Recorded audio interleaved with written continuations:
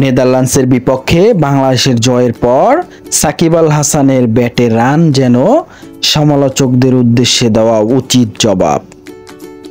Batter বল যখন সাকিবের হয়ে কথা বলে তখন এর চেয়ে বেশি কিছু বলার প্রয়োজন নেই তার।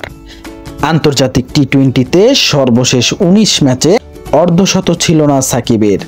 টি-20 বিশ্বকাপে সর্বশেষ ম্যাচ সেরা হয়েছিলেন ২০২১ সালে।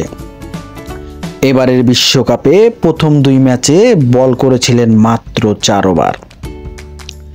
শ্রীলঙ্কার বিপক্ষে ১৪ বলে ৮, দক্ষিণ আফ্রিকার বিপক্ষে ৪ বলে ৩ রানের ইনিংস দেখে মনে হয়েছিল ব্যাটিংটাই তিনি ভুলে গেছেন।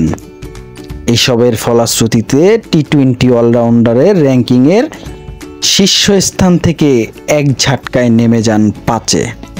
সবখানে যখন সাকিব ফুরিয়ে গেছেন ঠিক তখনই তিনি আবার স্বমহিমায়। সেন্ট ভিনসেন্টে নেদারল্যান্ডসের বিপক্ষে বাংলাদেশের ২৫ রানের জয়ে ৪৬ বলে অপরাজিত থাকেন ৬৪ রানে। ম্যান অব দ্য ম্যাচ হয়েছেন সাকিব আল হাসান। সাকিব এভাবে ফিরবেন আর কোনো রেকর্ড গড়বে না এমনটা খুবই কম হয়। নেদারল্যান্ডসের বিপক্ষে ৪৭ রানে পৌঁছাতেই বাংলাদেশের তারকা অলরাউন্ডারের যে কীর্তি গড়েছেন তার কারণেই বিশ্বকাপে এখন একমাত্র ক্রিকেটার যার ২ ধরনের ওয়ানডে ও টি-20 বিশ্বকাপেই কমপক্ষে ৮০০ রান ও ৪০টি উইকেট আছে।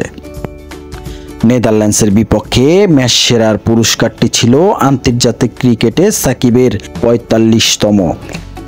এখানেই শেষ নয়, আইসিসি টুর্নামেন্টে বাংলাদেশের সর্বশেষ ১২ জয়ের ৮টিতেই ম্যাচ সেরা হয়েছেন সাকিব।